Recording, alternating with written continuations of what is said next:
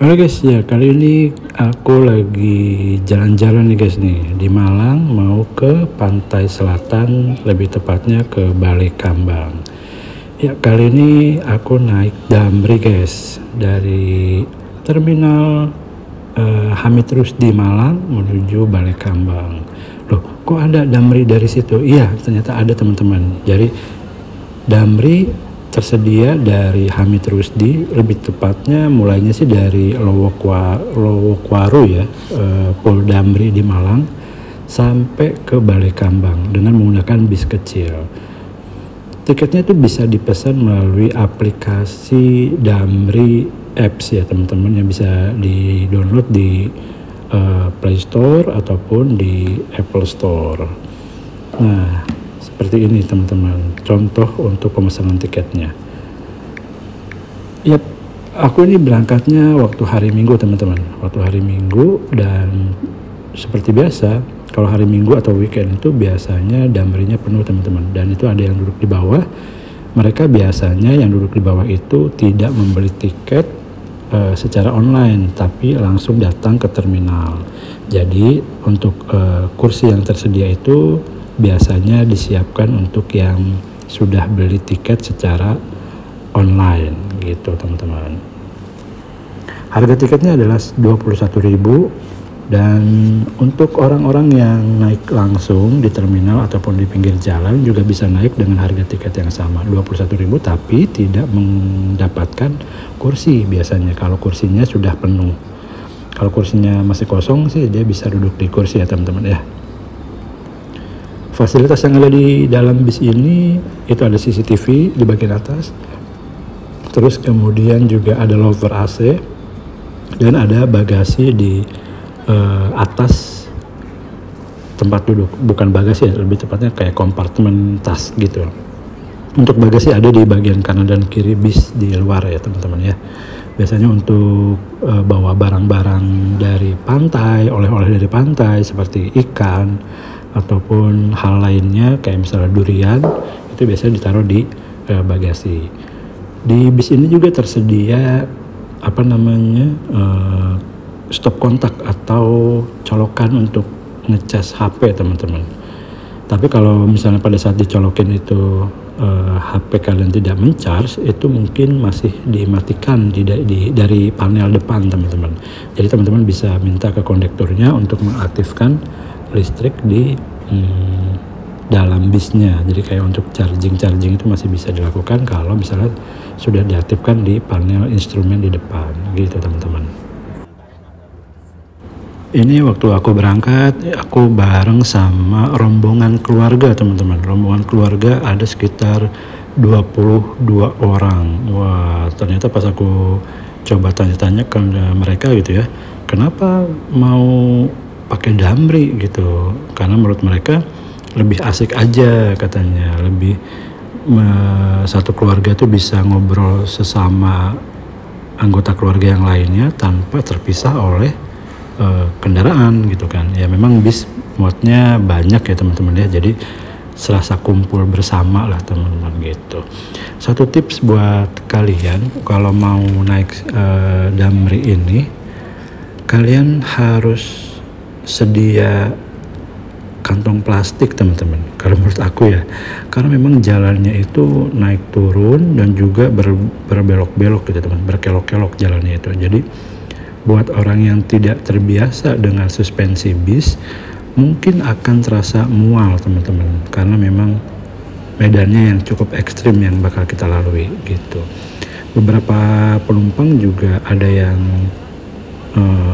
menggunakan minyak kayu putih gitu, terus ada juga yang ya untuk menghilangkan rasa mual mereka makan dan minum cemilan, makan cemilan gitu teman-teman ya, yang kecil-kecil gitu. Jadi teralihkan untuk pikiran mual itu.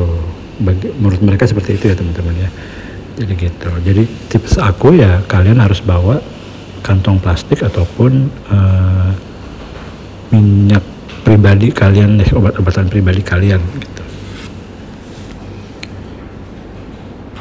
So far sih perjalanannya sangat menyenangkan menurut aku, karena kanan kiri itu benar-benar kayak hutan gitu teman-teman ya. masih kayak banyak pohon-pohon hijau gitu. Jadi ya menurut aku ini cukup apa ya istilahnya teman ya, membuat relax dah buat aku secara pribadi ya.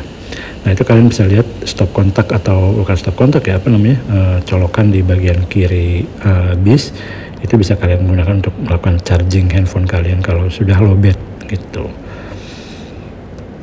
Terus juga ada ini teman-teman, bacaan doa gitu, bacaan doa yang bisa kalian lihat di saku bisnya atau ditempel di dinding kaca bisnya gitu. Nanti tujuan kita setelah dari Hamid Rusdi ini adalah menuju Sendang Biru dulu teman-teman. Pemberhentian pertama kita adalah Sendang Biru. Tapi bisa nggak kita berhenti tidak di Sendang Biru? Bisa di tempat-tempat strategis atau perempatan yang biasanya bis bisa berhenti, itu kita bisa berhenti, karena penumpangnya itu tidak melulu orang yang mau ke pantai. Ternyata teman-teman, ternyata ada penduduk situ juga yang mau menggunakan Damri untuk pulang ke rumahnya dari aktivitas kerja dia di Malang teman-teman. Nah ini kita lagi berjalan menuju Sendang Biru teman-teman, pemberhentian pertama kita.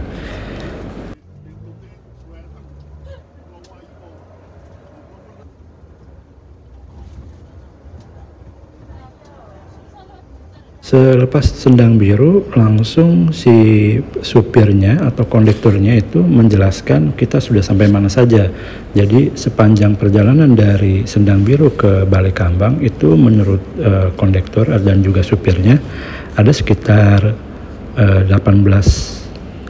pantai teman-teman yang kita lewati, dan si Pak supirnya itu menjelaskan pantai ini pantai apa namanya, terus tiket masuknya berapa, terus jarak dari jalan ke bibir pantainya itu berapa jauh, itu dijelaskan secara detail. Seperti ini teman-teman contohnya. Namanya Pantai Tanjung Penyu. Ini sekarang masih di dalam masih tapi sudah ramai, baru dibuka kemarin tanggal 27 Desember. Ya, ini di depan sebelah kiri jalan menuju ke Pantai Tanjung Penyu. Masuknya nggak terlalu jauh, kurang lebih setengah kilo. Jadi kalau ada yang ingin turun sini bisa tidak turun ke di sini, resikonya ya jalan kaki kurang lebih setengah kilo. Di depan ada jembatan Kelengkong atau jembatan Bajul Mati. Di depan ini jembatan Kelengkong atau jembatan Bajul Mati. Kalau kita bawa ini biasanya kita berhenti di sini untuk selfie. Saya belah kiri ini wilayah perbatasan, kalau sebelah baratnya wilayah Pantai Kunaban. Terus itu mas gak mancing ya mas? Mancing.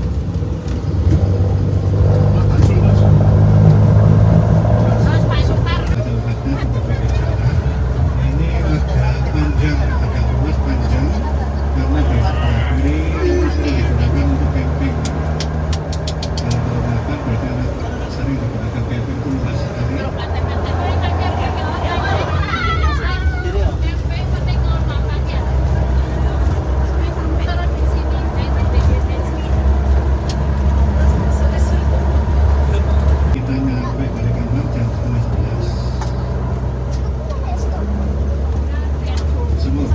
Cuacanya tetap seperti ini, mendung nggak hujan. Ya. Karena tadi mulai berangkat dari Malang, dari mendung. Kalau kemarin hujan, rintik-rintik.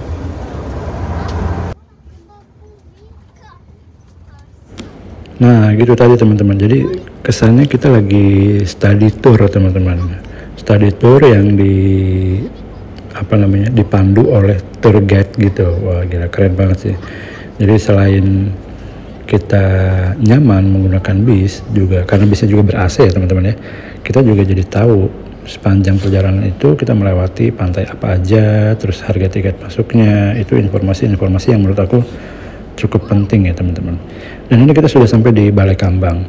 Jadi nanti ketika kita mau masuk ke Balai Kambang, kita itu akan ditarik tiket masuk Balai Kambang teman-teman. Tiket masuk itu sekitar 20.000 di luar harga tiket dari damrinya itu sendiri. Jadi kalau damri itu sendiri kan kita dapatnya bayarnya itu melalui tiket online ya. Nah untuk yang masuk Balekambang ini nanti si kondekturnya akan berkeliling untuk mengambil uang tiket masuk ke Balekambang, besarnya sekitar 20.000 teman-teman. Nah kita udah sampai di dalam Balekambangnya ini. Nanti bisnya akan berhenti di sekitaran parkiran bis.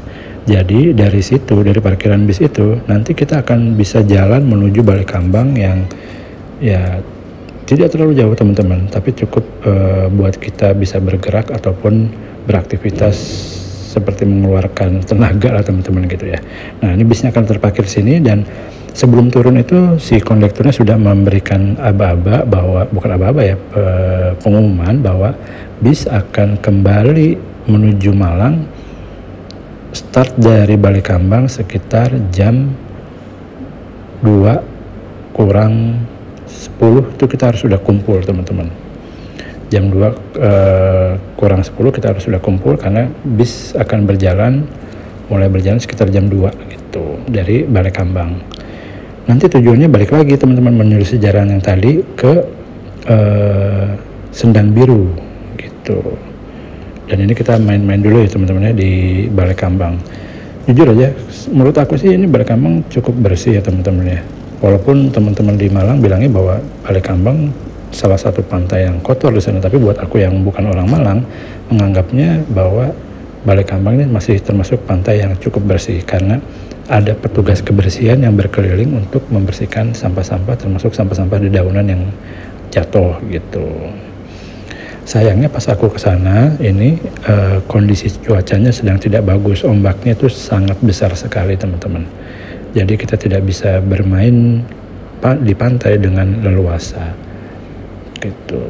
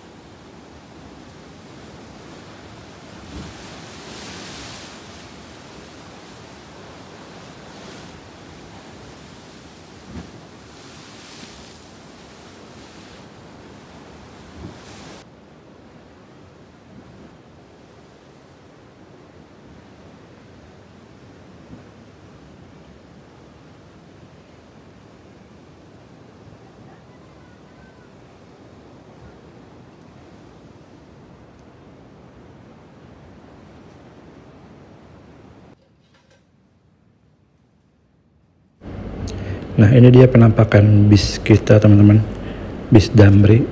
Ukuran berapa nih ya, ukuran 3/4 kayaknya enggak deh, kayaknya lebih kecil lagi deh ini ya. Ini bisa benar-benar bis kecil teman-teman. Ini kalau nggak salah keluaran dari Adiputro ya kalau nggak salah ya, lupa aku. Adiputro atau Laksana, yang tahu tolong di komen di bawah ya teman-teman ya. Ini lagi persiapan untuk kembali ke Malang teman-teman. Mesinnya pakai Isuzu tuh kan. Terus ini memang parkirnya di sini teman-teman. Pagi pun juga berangkatnya dari sini untuk yang keberangkatan pagi. Ini berarti kita keberangkatan ke Malang sore. Jadi bisnya itu ada dua teman-teman. Ada yang dari pagi itu ada yang berangkat dari Hamid Rusdi, juga ada yang berangkat dari Balekambang ini gitu. Nah seperti ini kondisi bisnya teman-teman.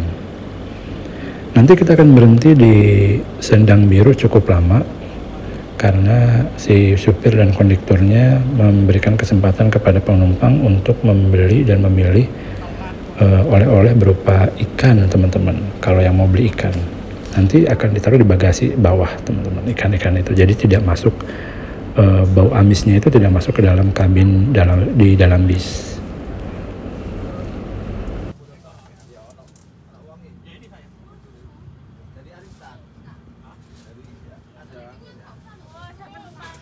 Kamu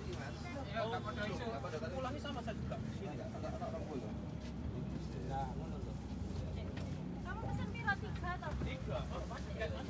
Ya ini kan kosong situ. Kurang 1 saya. Oh, itu bisnya. Pakai apa? Bagus.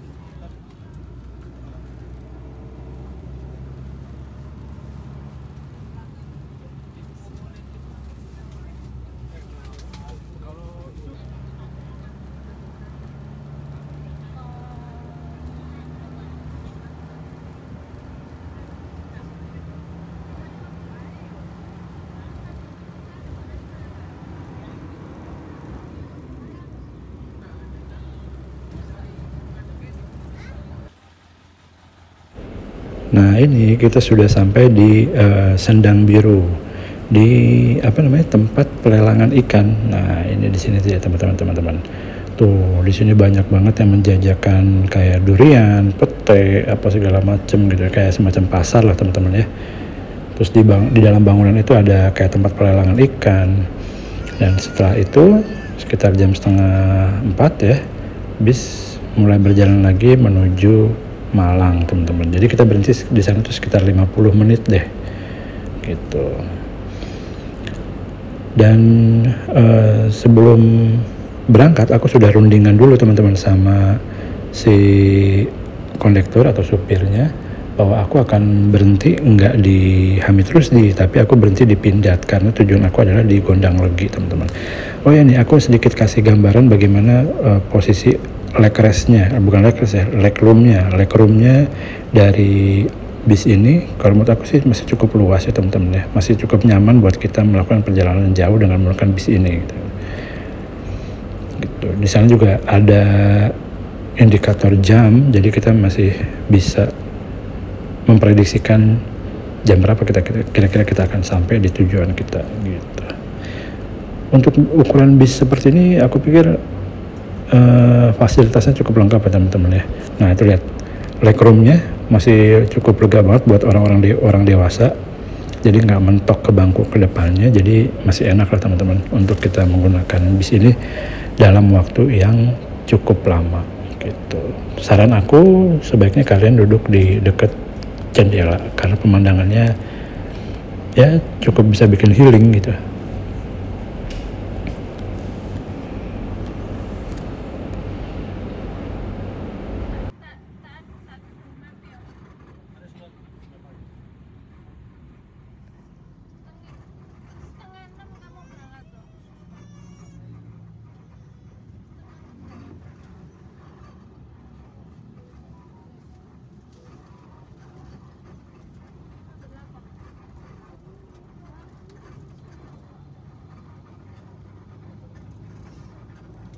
Nggak kerasa aku mau sampai di Pindad teman-teman. Jadi segini aja dulu video dari aku, semoga bermanfaat untuk kalian yang mau menggunakan Damri di Malang untuk ke pantai. Ini aku cukup rekomendasikan ini terutama buat kalian yang mau berangkat rombongan atau bersama teman-teman kalian, karena memang cukup mengasihkan dan biayanya juga cukup murah gitu teman-teman. Kalau tipsnya, kalau misalnya kalian mau lama, ya sebaiknya kalian berangkat sore terus nginep di sana dengan tenda gitu ya, pulangnya besok pagi gitu sekitar jam 8, jadi kalian bisa melihat sunset sekaligus sunrise-nya. Oke teman-teman, gitu dulu video kali ini, sampai jumpa di video selanjutnya, dadah.